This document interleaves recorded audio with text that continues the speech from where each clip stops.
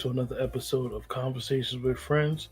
We're on season 3, episode 2, and today we will be discussing cycles of grief and learning how to deal with them and being able to communicate to people that you're going through something and understanding that it's perfectly normal behavior. Don't feel like your grief is makes you isolated or feel like you're the only one that may be going through something. So, Melodic and myself will be discussing cycles of grief. Melodic, what's up? Hi, how are you? I'm all right. Messing with you right before we went live. So Yes. I actually got a kick out of that because your facial expression was like, Mm-hmm. really? You're not right? Uh, Mm-hmm. you know, you know, you know. Right, you were wrong on so many levels for that, but that's okay. I'll forgive you for now. So thank you, and I appreciate that. And I know that when both of us was doing it's amazing, our separate research, it would give us different examples and different amount of numbers on cycles of grief. Um, however, let's go over. Let's go over the reason why we chose this topic. Too. Oh, you go right ahead. All right. So we're definitely in the holiday season, and even though we all have, different religions, etc., I think that this show touches a lot of different people from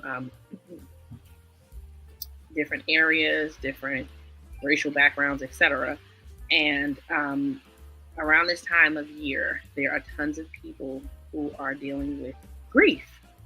And we just thought that, we would be a resource to talk about it, and we would give resources to try to help everyone through it. Grief is something that touches every single one of us. No one can escape it. So let's learn to deal with it in a Yeah, positive way. and it's amazing when we do talk about grief. You don't know when, you don't know why it's gonna hit you. You don't know how to put a measuring stick on what will grieve you, or something that may not grieve me may grieve you, and it may bother you to a point where it's bad, and vice versa. You may be like, it's not that serious, and then you could tell me about it, and I could relate and understand, and then I'll be like, yo, it's serious. It's something I think about, and be stressed out about it. So it's something that you can't put a measuring stick on, and to say that oh, it's not that serious, because it may what may be serious to an individual may not be as serious to the whole. Agreed. So Grief can cause sickness when absolutely. you hold on to things and you don't let it go. So Melodic, would you like to tell us our first cycle of grief? How All many right. cycles is there exactly? So there have been several different conflicting charts.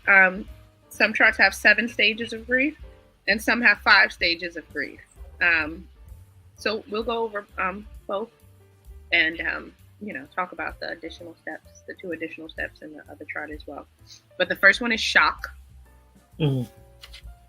And this happens in most situations because, again, like you said, you don't expect certain things to happen, or someone may lose their life and they may be young. So of course, when our elders start to age, we do realize that their life may be cut short. But sometimes it's a little baby, it's a teenager, it's someone in their 20s, 30s, even 40s, and that can be very shocking.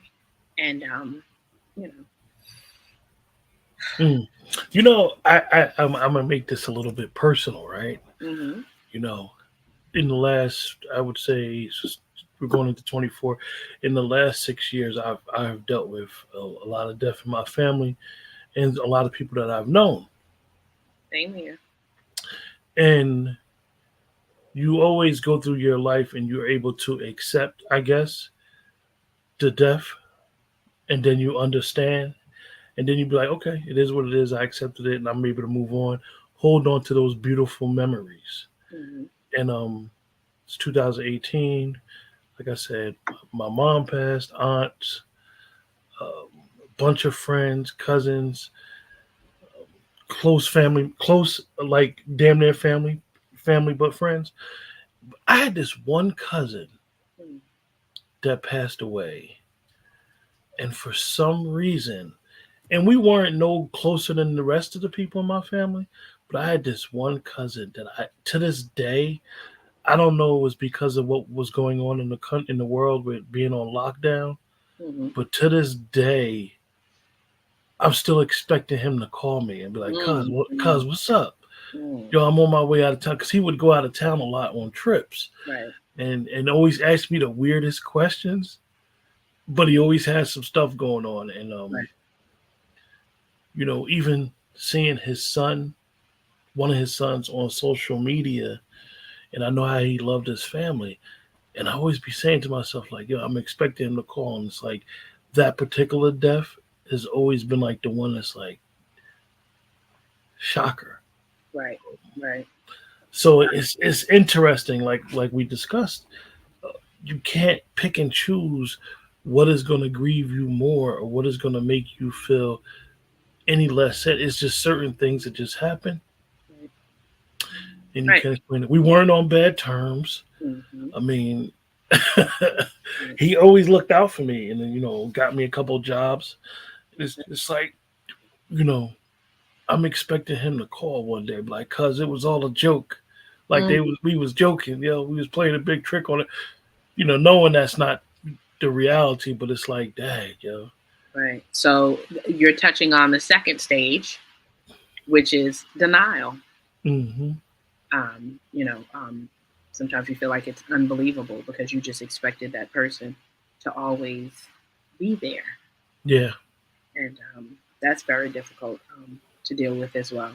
I can definitely relate to your story. I lost my mom in 2018, and so far that has been the most devastating death I've had to deal with. I've had other family members who have passed, and it's been devastating as well. But when my mom passed, yeah, that was unreal. Unreal. And I thought I it's had so amazing. much more time. And hopefully during this conversation, neither one of us get too emotional. We can't talk about it because Mhm. when you start going into certain things, you'd be like, "Oh man, I didn't realize I still had emotion. I thought that tank was empty." Indeed. Um, you Indeed. start, you start looking at what most people would say memories. Mhm. I would say you start looking at the life experiences and replaying the tape, Oh, for sure. even in the disagreements or the things that you may be like, I want to hear it. You'd be like, oh, what was the lesson that they were trying to teach me at that time? Right. Right. And you'd be like, man, because me and my mom, we didn't have the. I'm not gonna say we didn't have the greatest relationship, but when you look back at it, it was perfect for you. You mean you had the perfect mom for Absolutely. you. She might not have been the perfect mom for everybody else, but she was the perfect mom for you to get Indeed. you where you're at today. And that, you know what I mean? So, as they say, God makes no mistakes. And for people that may believe in God, makes no mistakes. So things happen for a reason. Okay. So now we're stepping into the third stage, which is anger, because Mm. as you said, God makes no mistakes. Um, and for a long time, I would repeat that, and I felt that way. But in all honesty, when I lost my mom, whoo, I was so angry with God. I was so angry with God, seriously. And it took me quite some time to work through that stage. That stage was draining, but Yeah, it's hard to express, just positive thoughts, positive actions, and to process your emotions when you're in a state of anger. You can't see anything else but your anger. So that's stage number three. yeah. The anger thing, I'm not. I may have had to deal with that years ago when I was younger, as when my father died. Um, just angry at feeling like life incomplete. It didn't really start yet. There's so much left on the table. So it's like you're angry, like why now? Like what? You know what I mean? Couldn't you wait another 20 years, another 30 years? Right. Even now with um, some of the stages that I'm going on in my life, my own father didn't get a chance to see, and I'm Mm, like, wow, right. he really was young when he passed. You think about it then, but then when you get older, and I surpassed the age that he left, you start saying like, yo, he didn't see his grandchild. Mm. And you saw your grandchild. Yeah, All yeah, right. yeah, For anybody that doesn't know, uh, Q is a new pop pop. yeah, Congratulations. yeah. Thank you. That is, That's beautiful. but and I don't know if I told you this, right? With having that appreciation, I thank you for the kind words. You're welcome. The whole process for me has made me look back at me and my grandfather's relationship. Like my Mm. grandfather was my ace, like my guy.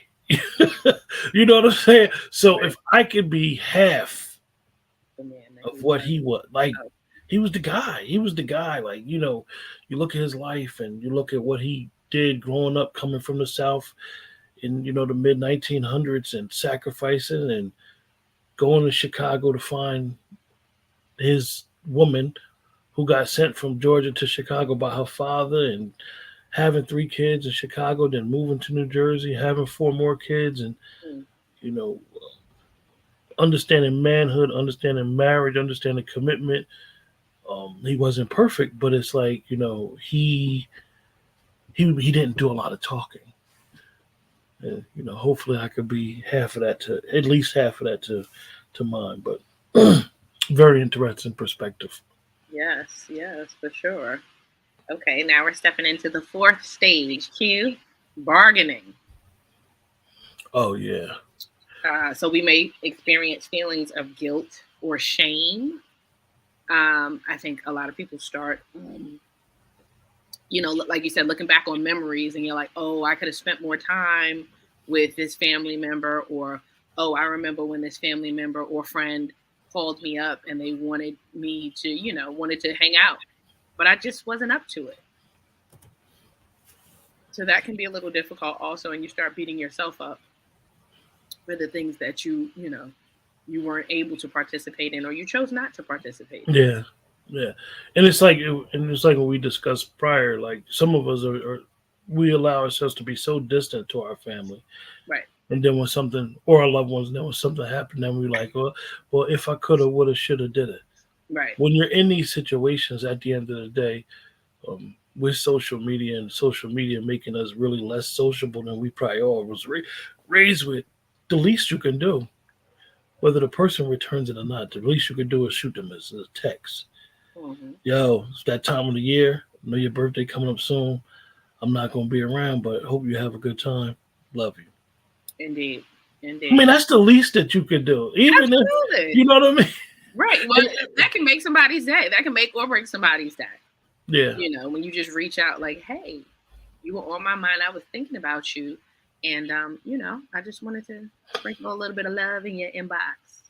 yeah, You know, yeah. that's good stuff right there. Um, Depression. That's step number 5.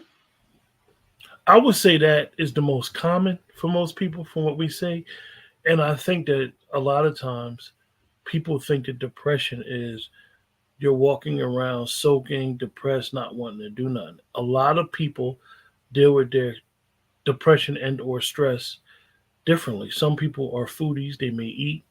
Hmm. Some people may binge watch on Netflix, Prime, Hulu. Some people may be just detached.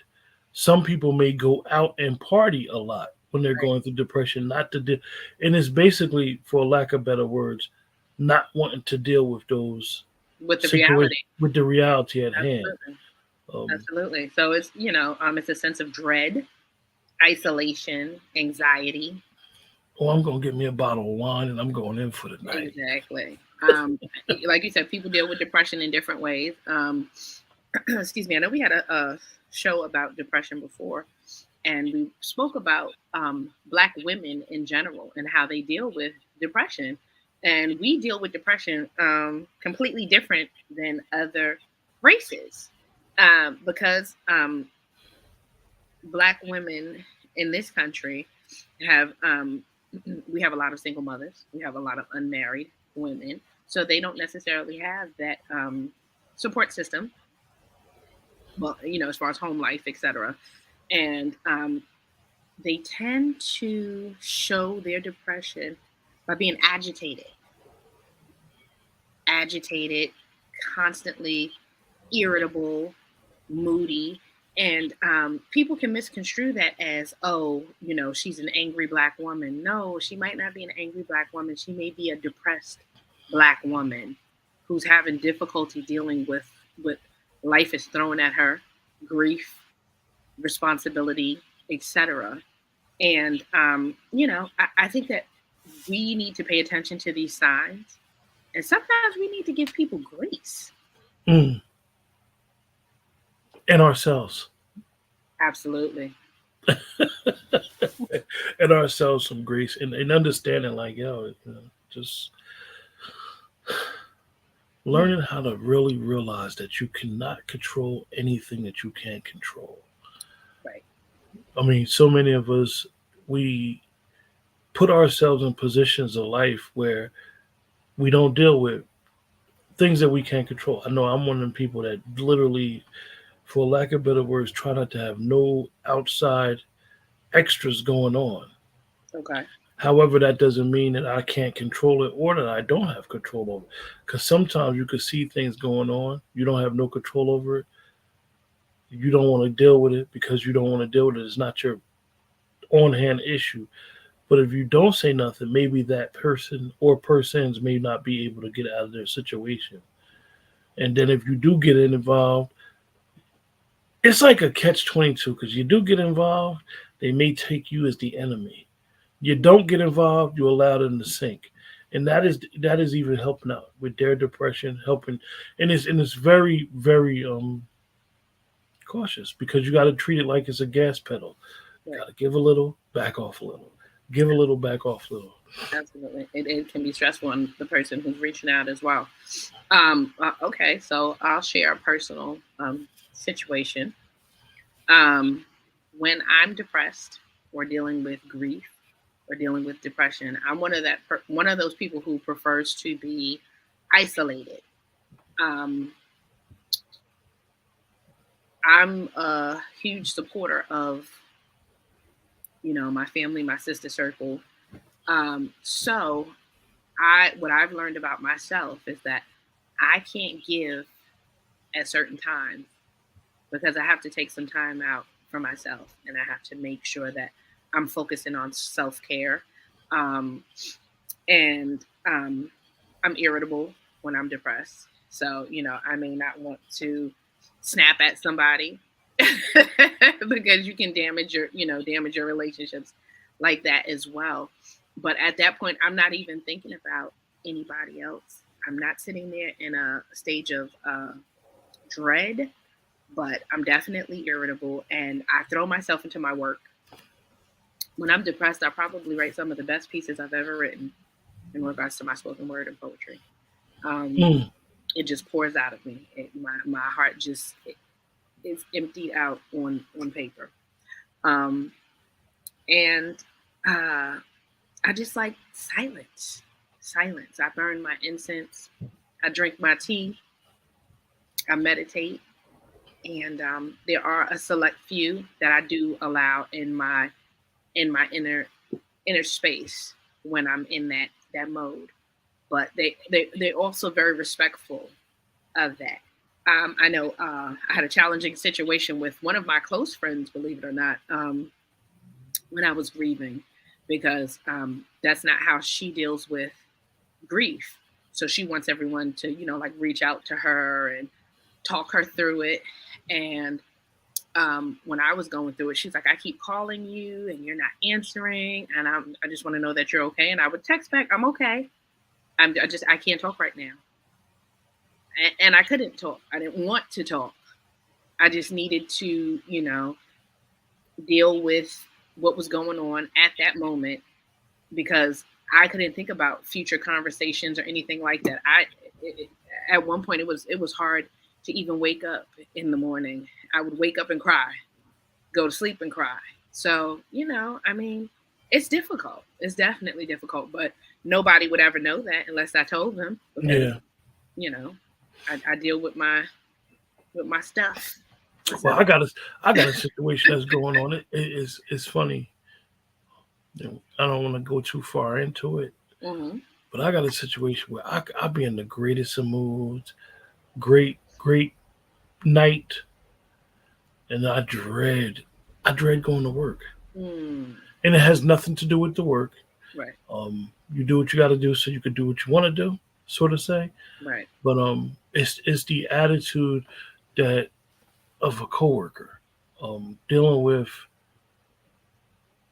how they approach their employment, Okay. um, is bothersome Hmm. because it does affect me because I'm around them more than I'm around anyone else.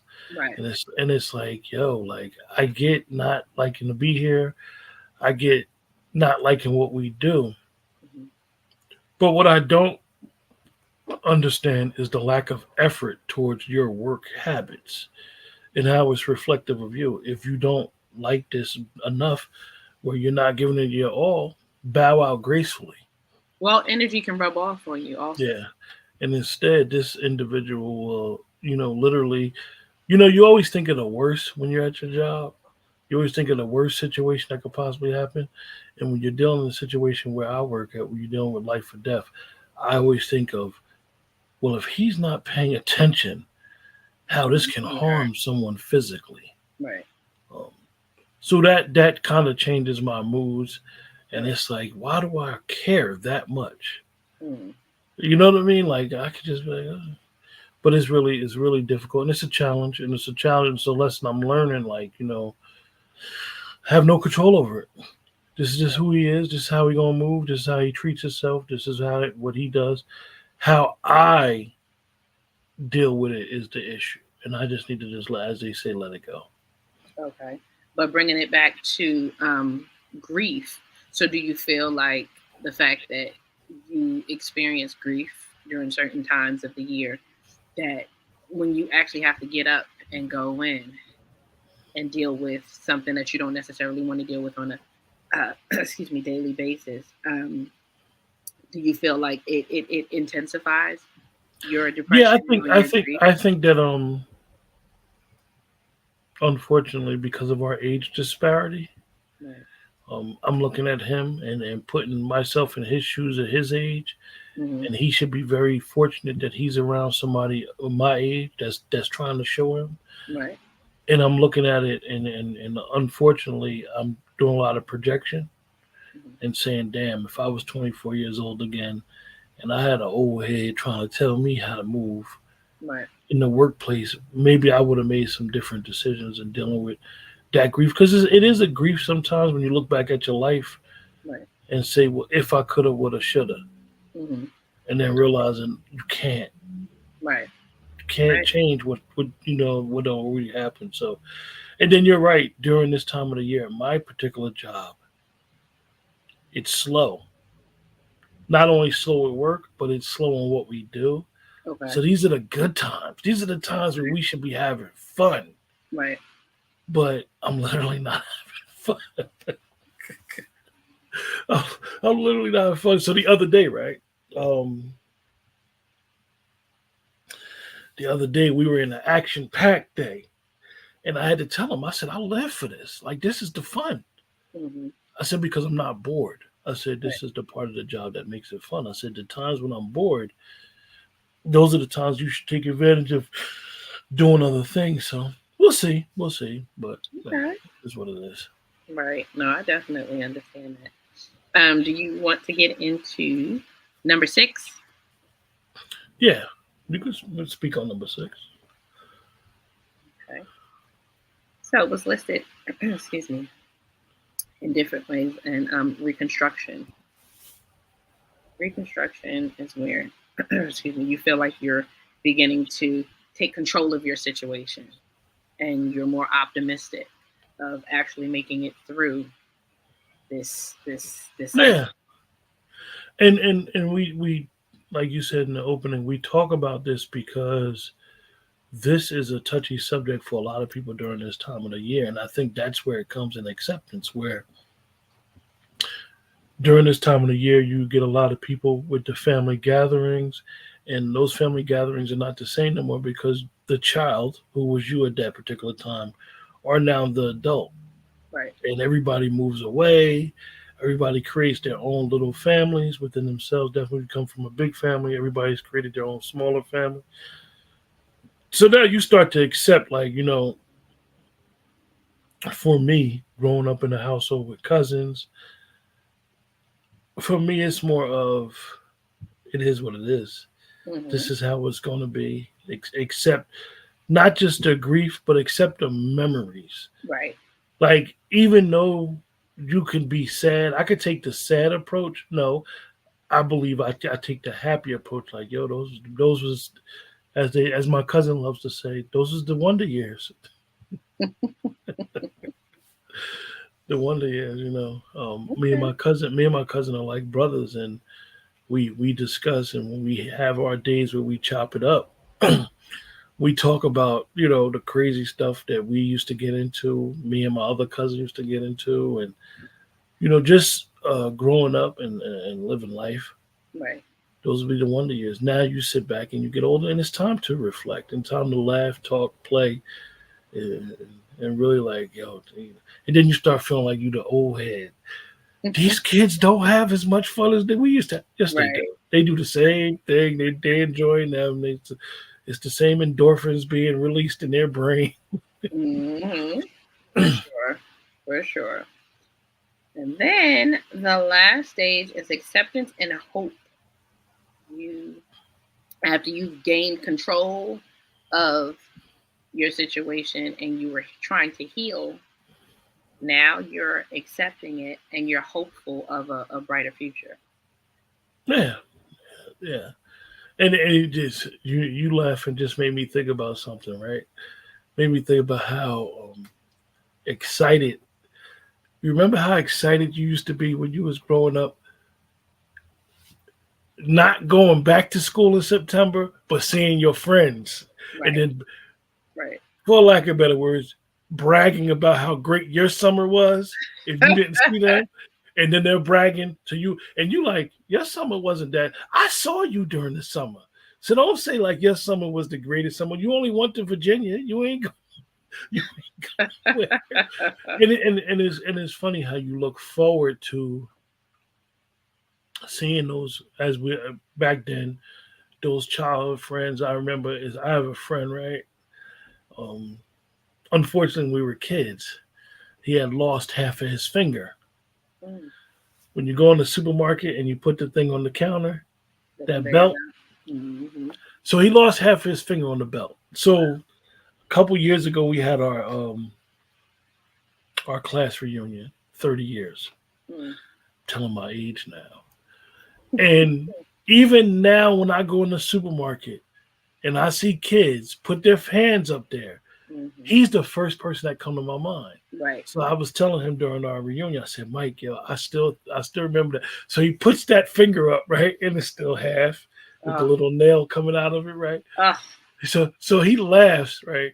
And he says, Q, man, I tell people that all the time, and they look at me like I don't know what I'm talking about. So I put half of my finger up. So mm, you think about those memories, those definitely those childhood memories, and they're right. good to hold on to. And Mm-hmm. relationships. I mean, so we always talk about some relationships are a lifetime, some are seasonal.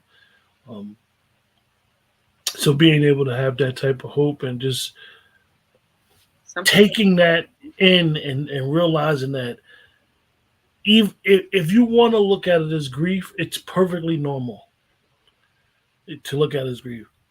If you want to look at it as hope and memories, it's perfectly normal.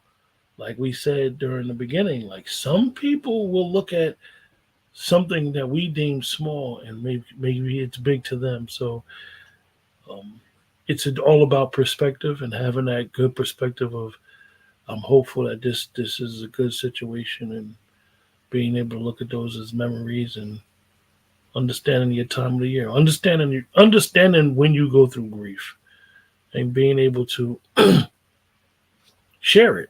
Share it with the people in your circle. Like, look, I'm going through it. Okay. Right. I had somebody tell me the other day they were going through something, and I was like, huh? And then when they started talking, I said, I understood why, Right. and I was able to explain and share some things with the person. Okay. Okay. Well, I mean, I think it's great when you can someone can relate. You can relate to someone, and someone can relate to you, because sometimes when you share your experiences, you don't realize you actually might help someone else. Um, I tend to be a very private person, but I do realize that sometimes transparency can actually help someone else in a positive way. So I'm all for it. Um, I would like to give some resources to deal with grief. I know that some people may not know about these resources. A lot of them are free. Some are, excuse me, available for an affordable fee. But if you're going through grief, I definitely feel like you should look into healing, because it can affect you physically as well. 988 lifeline.org is an organization that helps deal with grief. You can reach out to them and see what resources are available for you. Um, Another one, betterhelp.com. That one is actually an affordable counseling service, but it's available all over the country. Here's another one, app.joinforum.com, where you can connect with others who are dealing with grief as well. And it's a support forum, it's a support system for you if you choose not to go the route of, let's say, formal counseling. Uh, let's see. Here is another one, good-grief.org. They provide family professionals. There's a community there also that you can actually join. Um, they have a lot of resources available to you. They have educational videos, they have tips on how to deal with grief. So that's a great resource as well. Excuse me. And hold on one second. Three, the word spelled out THREE, Oak, SHO spice.com. That's another resource that you can reach out to help you deal with your grief. There's another website, counseling.org is another counseling website that's available to you all over the country. And griefcounselor.org is another resource that's available to you guys, well, to everyone um, within this country. I definitely feel you need to reach out and ask for help if you need help. Um, when dealing with grief and healing, there's a there are three three words, a 3 word plan that you can actually use, and that's choose, connect, and communicate. The 3 C's. I hope that this show definitely provided some resources for you guys and some relief. Just knowing that someone else is going through what you go through.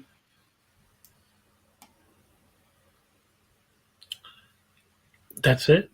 That's it. I mean, like in all honesty, what else can I say? I feel like this is a really heavy topic, and there's really nothing. I don't have anything else to share about my journey dealing with the cycles of grief, the stages of grief. But I hope that this can be of help to someone. And you guys, like Melodic said, when she gave the resources out, understanding like we've tried to say that all of this stuff is perfectly normal, whether you grieve or you're a big griever, small griever, no griever at all. It is all relevant on how you deal with people and how you deal with yourself. It's okay to talk to somebody. It's okay to reach out to somebody, and it's okay to lend a lending ear to someone as well. Don't be afraid to talk about it. Like we said, the reason why this topic was chosen is because this particular time of the year we see it at a very, very heightened level because of the holiday season. It's a season of gathering, a season of family, and a lot of people's families have moved on. So don't be afraid to talk to someone or reach out to an organization just to have a conversation. A conversation could go a long way with how we deal with each other and how we deal with things. So until episode 3, you guys take care, enjoy yourselves, stay dry in all this rain that you may or may not be getting, and we'll see you guys next time.